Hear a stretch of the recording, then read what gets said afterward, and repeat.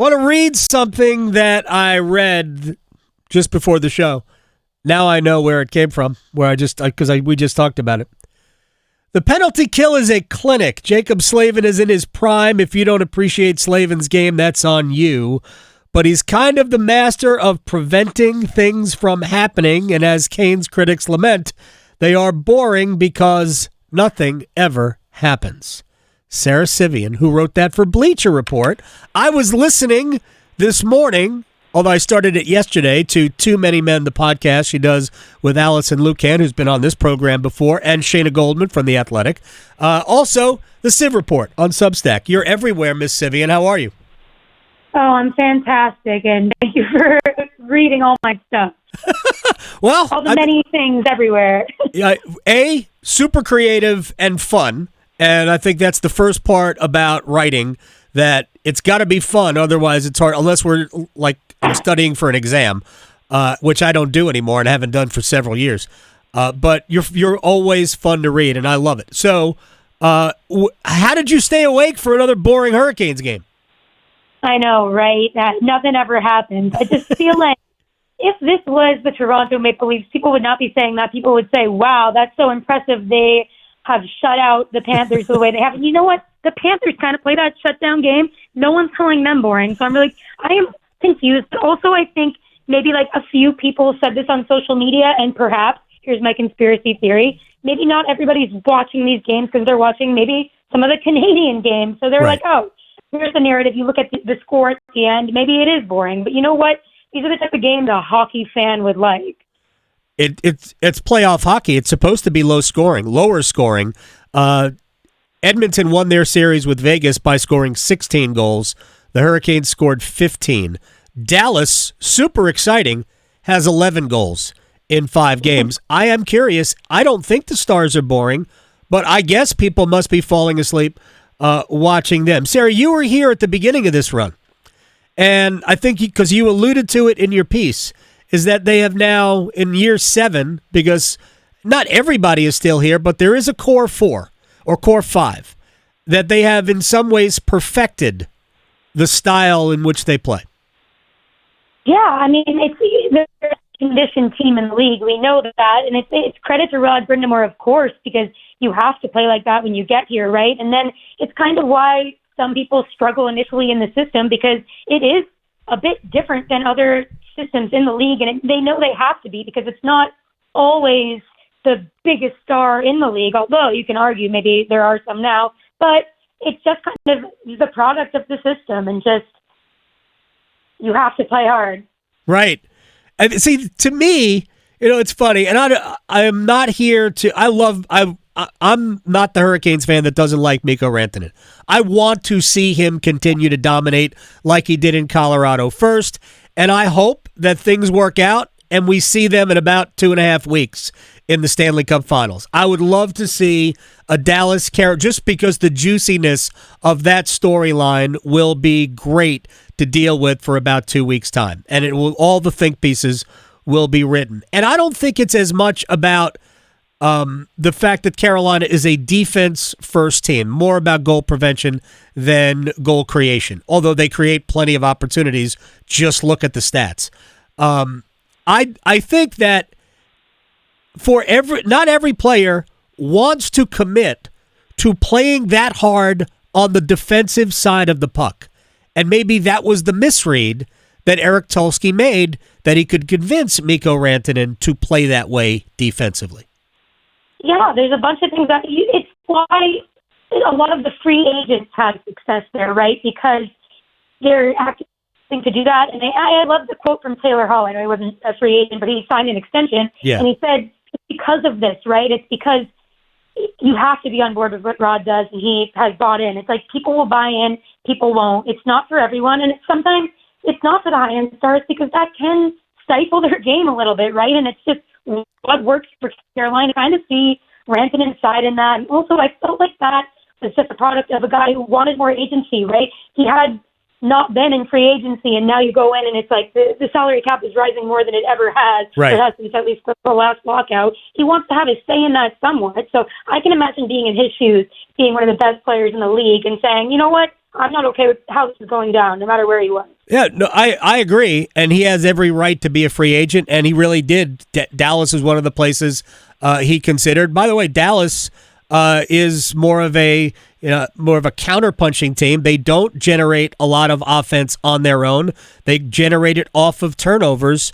It's one of the things that has fascinated me about the Stars. They play a lot differently than a lot of other teams. I remember Pete DeBoer when he was coach of the Devils. They weren't a thrill a minute either. He's just now got better players doing that damage, although Dallas needs some players other than Mikko Rantanen and Mikael Granlund to score, because they're getting nothing out of Wyatt Johnson right now, and Jason Robertson has just one assist in this series. Sarah Civian is joining us here on the Adam Gold Show. To the Hurricanes right now, current version of Mikko Rantanen in Andrei Svechnikov, who has always been fun. We have always talked about the potential.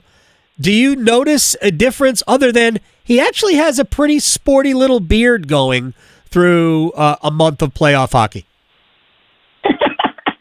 I think, like we talked about last time, it really is the confidence that he gets. And he's one of those players where it's like he tries hard, he tries to break through. And when he does, he's like, oh, this wasn't so bad. This wasn't so hard. And, like, that's obviously an oversimplification, but it's just kind of, I think he cares so much and he tries so hard and it means so much to him that he's really hard on himself when he isn't playing or when he is, the goals aren't coming in. So it's like the weight's lifted when the monkey's finally off the back, and it just makes it look easy and fun when he's on.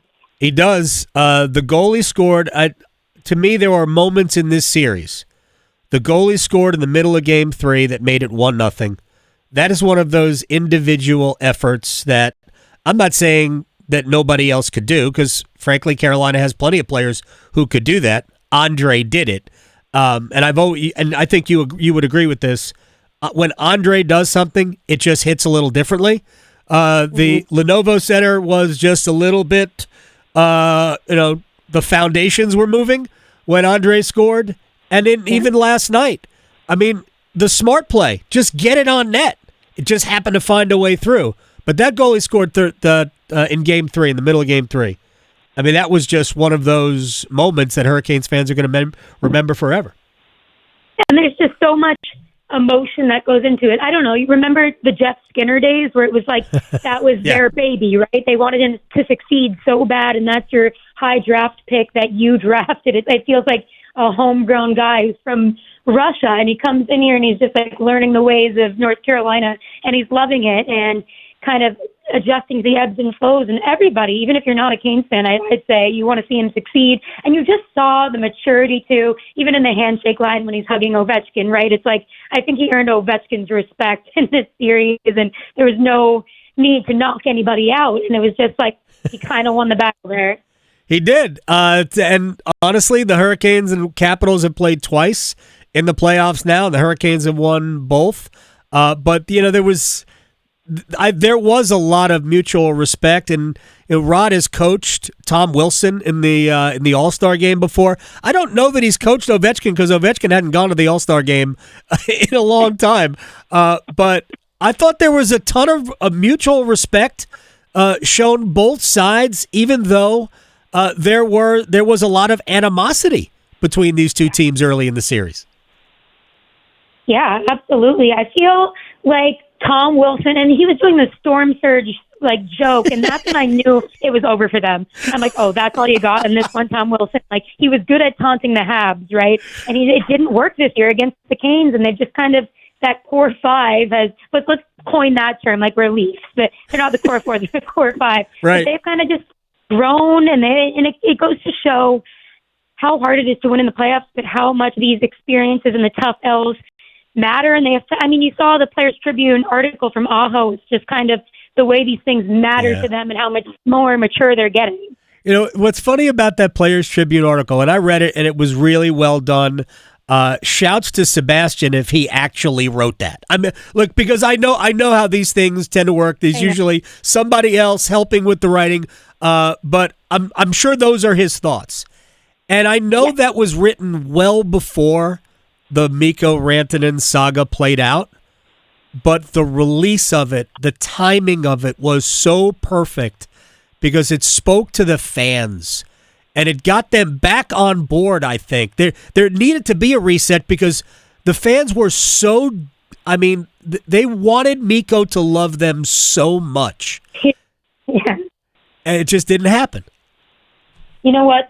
You're touching on a great point about Hurricanes fans in general. It's like when you live somewhere and you're a fan of something that you feel is kind of like your little secret or like your gem, you're protective over it, and at the same time you want people to come out from the outside and see how great it is. And the thing is, it doesn't mean it's not great. It just was never the situation he wanted to be in, so he wasn't even willing to kind of open his eyes to it, and that's his prerogative, but that's what went down, so it's kind of hurt feelings with the Canes fans. But now, and it's kind of why they're extra kind of gung-ho about the team and the media and, like, not sensitive to criticism, but just wanting to call out the criticism, and that's their right, too. So it's been interesting, and, of course, Stankoven has played great, and Snikov's right behind Rantanen with 8 goals.